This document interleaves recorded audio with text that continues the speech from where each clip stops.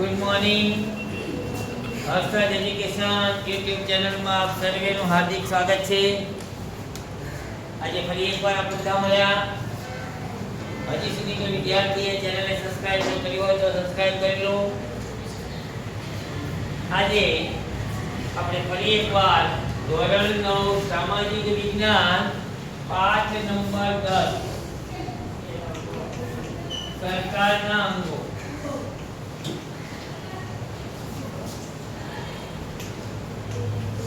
આપણે આગળ જોઈએ. એકલે મિત્રો આપણે સત્ય વિશ્લેષણનો સિદ્ધાંતની અંદર એકગૃહી, દ્વિગૃહી, લોકસભાના સભ્યની વિગત, લોકસભાના સભ્યની લાયકાત, સંસદ સભ્યની લાયકાત, લોકસભા કેવી રીતે બને, આ તમામ ચર્ચા આપણે ગઈકાલે કરી. ટૂંકમાં સંસદના બે ગૃહ. સંસદના ગૃહ કેટલા? કયા? હા, એટલે લોકસભા અને રાજ્યસભા. લોકસભા એટલે કયો ગૃહ? રાજ્યસભા એટલે એની ચર્ચા આપણે કાલ કરી. એટલે આપણે કાલે લોકસભાની ચર્ચા કરી. આજે આપણે ચર્ચા કરવાની છે રાજ્યસભા. તેની વાત કરીશું આજે આપણે રાજ્યસભાની. થોડું કાલનું રિવિઝન કરી લઈએ. થોડું વિદ્યાર્થીઓ મને 4-5 પ્રશ્નોના જવાબ આપે પછી આપણે આગળ ચર્ચા કરીએ. લોકસભા કોના દ્વારા બને? લોકો દ્વારા. લોકસભા લોકો દ્વારા. સાથે જવાબ આપી દેવાનો. લોકસભામાં કુલ સભ્યો કેટલા હોય? 543. એમાંથી ચૂંટણી કેટલાની થાય? 543 ની ચૂંટણી થાય.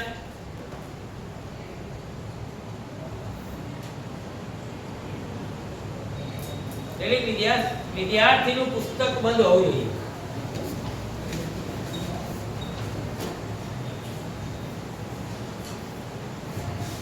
દરેક વિદ્યાર્થીએ પુસ્તક બંધ કર્યું? હવે જવાબ આપો. લોકસભામાં કુલ સભ્યો કેટલા હોય? 543. એમાંથી ચૂંટણી કેટલાની થાય? 543. બાકીના બે સભ્યો કોણ હોય? બાકીના બે સભ્યો એગ્લો ઇન્ડિયન હોય. હવે ખૂબ સરસ વાત આપણે હાલ કરી. ખૂબ સરસ તૈયારી કરી પણ તમે આવ્યા છો. આવીને આવી તૈયારી જીવનભર રાખજો. પરિણામ ખૂબ સુંદર મળશે અને સારું મળશે. જીવનમાં ખૂબ આગળ વધવાનું છે આપણે. જ્યાં જ્યાં તકલીફ પડે ત્યાં હું છું. હવે એ પછી આપણે આજે રાજ્યસભાની વાત કરીએ તો રાજ્યસભામાં પહેલા તો મતદાન કોણ કરે? એની એ ચૂંટણી તો થાય ને. તો રાજ્યસભા જે ગૃહ છે લોકો દ્વારા નથી બનતું, એટલું યાદ રાખજો. બરાબર? રાજ્યસભાની અંદર લોકસભા અને વિધાનસભામાં ચૂંટાયેલા પ્રતિનિધિઓ એ રાજ્યસભાના સભ્યને ચૂંટે છે. લોકસભામાં જે સભ્યો હોય અને વિધાનસભામાં જે સભ્યો હોય એ સભ્યો રાજ્યસભાના સભ્યને ચૂંટે છે. ઓકે? એટલે અને રાજ્યસભામાં કુલ 250 સભ્યો હોય. રાજ્યસભામાં સભ્યો કેટલા હોય? 250. એમ 250. એમાંથી અહીંયા 238 ની ચૂંટણી થાય. કુલ સભ્યો 250. એમાંથી 238 ની ચૂંટણી થાય. અને 12 સભ્યો જે રહ્યા વધ્યા ને, એ 12 સભ્યોની નિમણૂક રાષ્ટ્રપતિ કરે. 12 સભ્યોની નિમણૂક કોણ કરે? રાષ્ટ્રપતિ. જેમ લોકસભામાં એગ્લો ઇન્ડિયનની નિમણૂક કોણ કરતું હતું? રાષ્ટ્રપતિ. હા, બોલો, રાષ્ટ્રપતિ કરતા હતા ને. એગ્લો ઇન્ડિયન લોકસભામાં નિમણૂક કરવાની એ કોણ કરતું હતું? રાષ્ટ્રપતિ. રાજ્યસભામાં 12 સભ્યોની નિમણૂક રાષ્ટ્રપતિ કરે. આવો વિકલ્પ આવી ખાલી જગ્યા, આવું ખરું ખોટું, આવું પરીક્ષામાં પૂછાયું કે ભાઈ રાજ્યસભામાં કેટલા સભ્યોની નિમણૂક રાષ્ટ્રપતિ કરે? કેટલા સભ્યોની નિમણૂક રાષ્ટ્રપતિ કરે? આ પાર હોય કોણ? અને તમારી મારી કરે કઈ? તમારી મારી 12 સભ્ય તરીકે 12મા સભ્ય તરીકે આપણને લે રાજ્યસભામાં, તો પછી કોણ હોય એ આપણે જાણવું પડે ને કે 12 સભ્યો રાષ્ટ્રપતિ નિમણૂક કરે, પણ એ હોય કોણ એ આપણે જાણવું પડે. શિક્ષણ, આરોગ્ય, રમતગમત, ફિલ્મ, સમાજ સેવા, આવા જે ક્ષેત્રો હોય ને એમાં જે બહુ આગળ પડતા હોય એવા 12 સભ્યોની નિમણૂક રાષ્ટ્રપતિ એ રાજ્યસભામાં કરે. જેમ કે રમતમાંથી ક્રિકેટમાંથી સચિન તેંડુલકર એને રાષ્ટ્રપતિએ પસંદ કર્યા અને એમની નિમણૂક રાજ્યસભાના સભ્ય તરીકે કરી. ફિલ્મમાંથી તો કે હેમા માલિની એમને પસંદ કર્યા અને એમને રાજ્યસભાના સભ્ય બનાવ્યા.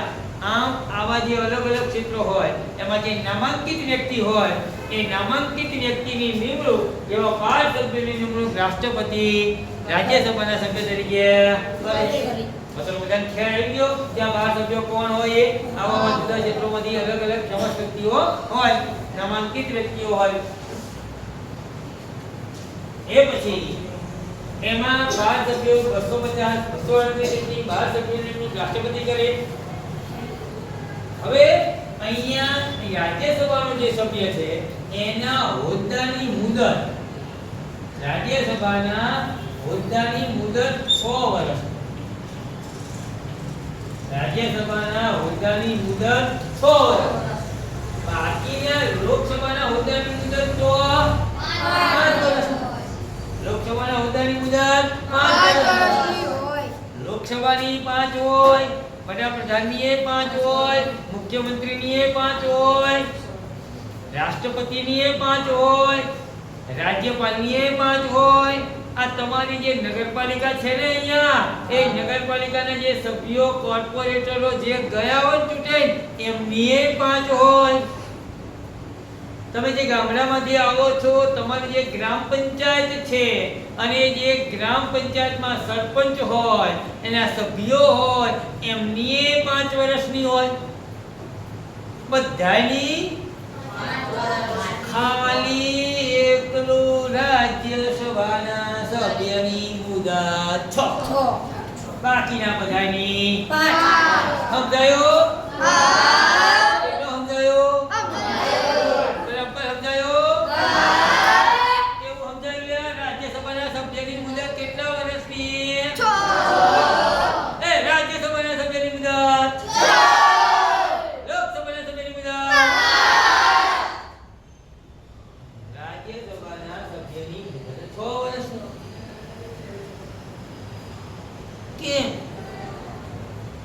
રાજ્યસભામાં કેમ 6 વર્ષ? તો રાજ્યસભામાં ચૂંટણીનો નિયમ અલગ છે. એ મને અલગ. કેવો નિયમ? અલગ નિયમ. એ અલગમાં કેવું છે કે દર 2 વર્ષે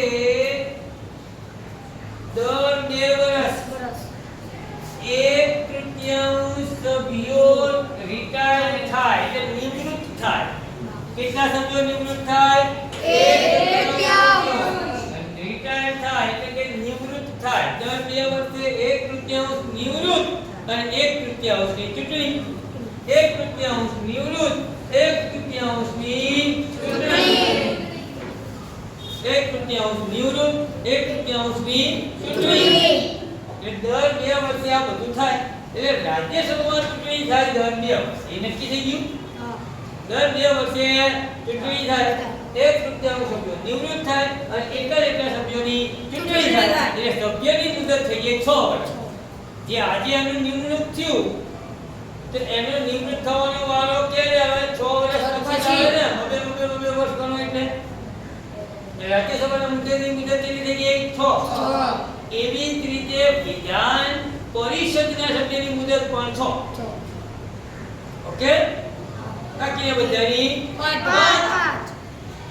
ઓકે? હા. બેની મુદત 6 થઈ ગઈ. હા. હવે આપણે બાકી રહ્યું કેમ છો તો એ બી થઈ ગયું. હવે બીજું કે રાજ્યસભા જે છે એ કાયમી ગૃહ છે.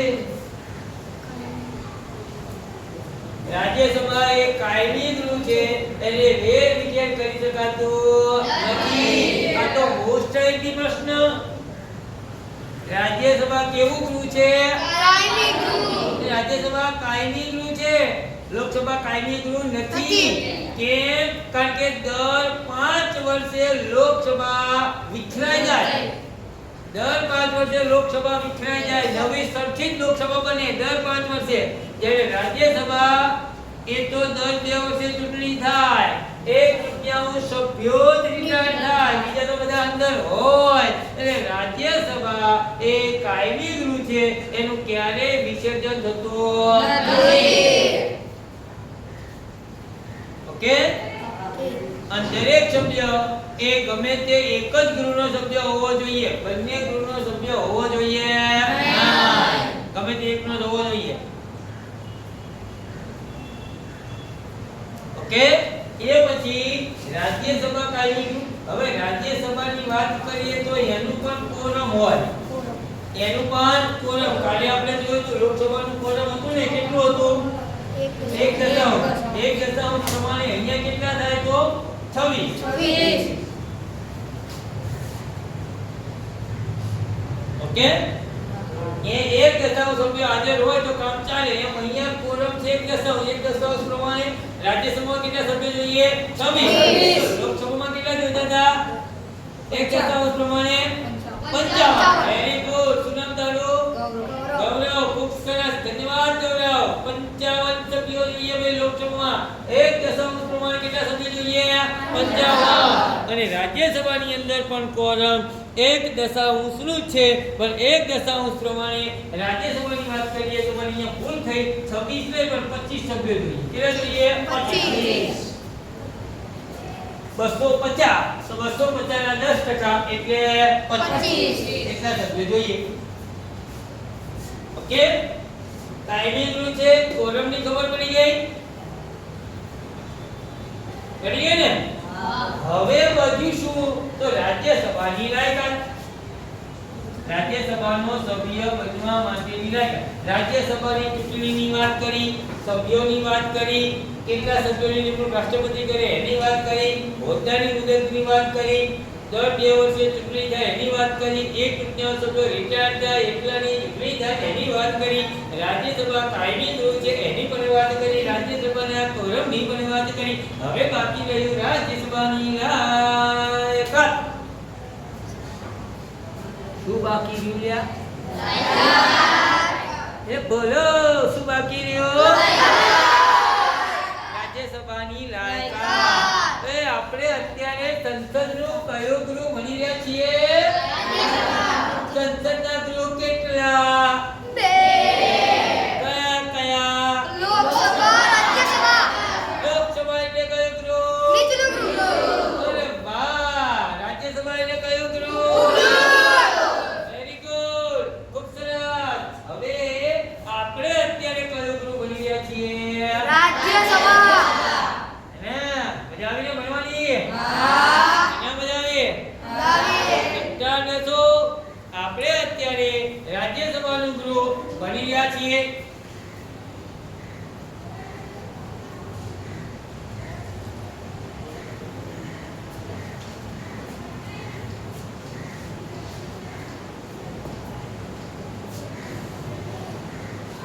એમાં રાજ્યસભાના સભ્યની લાયકાત આપણે આ લોકસભાના સભ્યની લાયકાત હતી કાલ જોઈ હતી?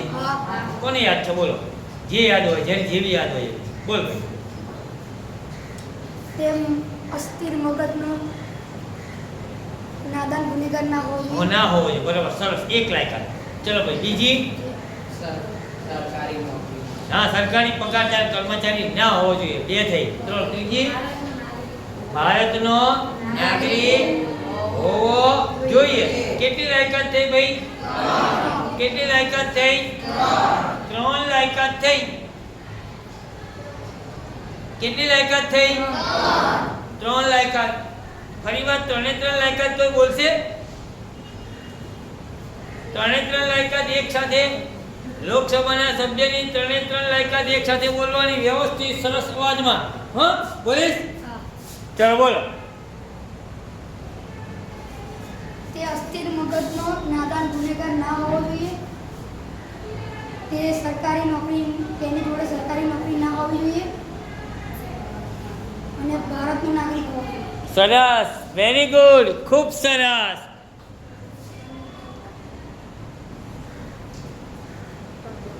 હવે એને ભારતનો નાગરિક હોવો જોઈએ, સરકારી કર્મચારી ના હોવો જોઈએ, ગુનેગાર અસ્થિર મગજ જે નાદાર હોવો જોઈએ ના.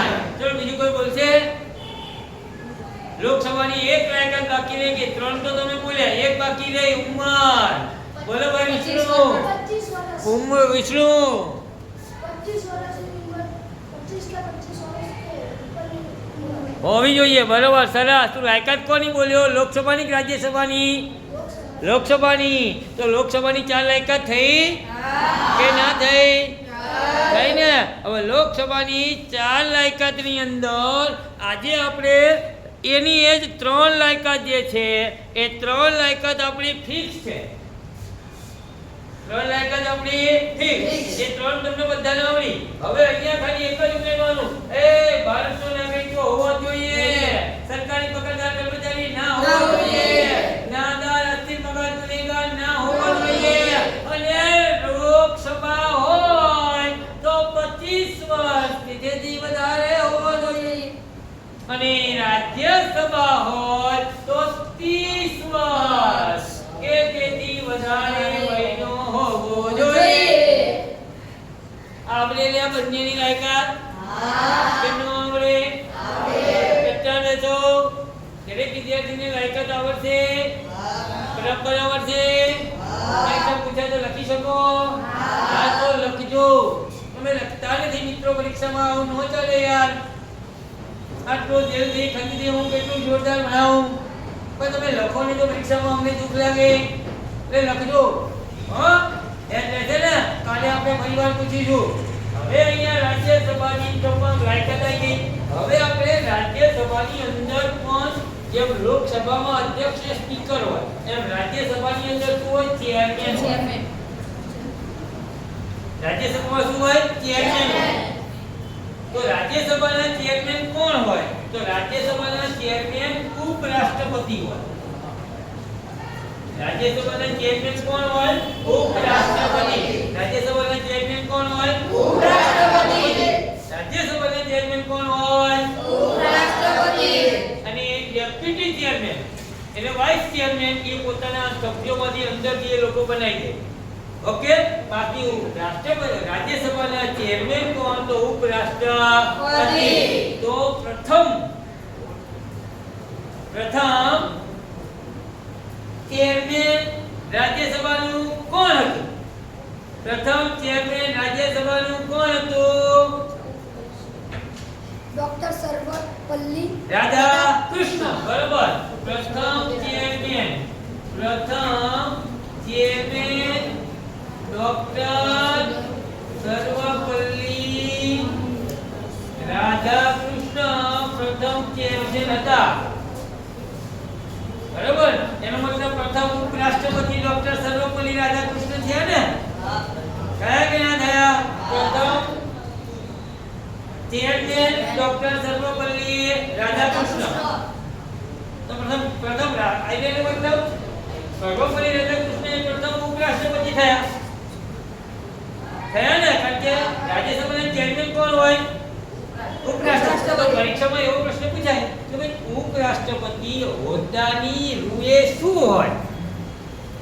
આવું પૂછાયું કે ભાઈ ઉપરાષ્ટ્રપતિ હોદ્દાની રૂએ શું હોય? તો ઉપરાષ્ટ્રપતિ હોદ્દાની રૂએ રાજ્યસભાના ચેરમેન હોય.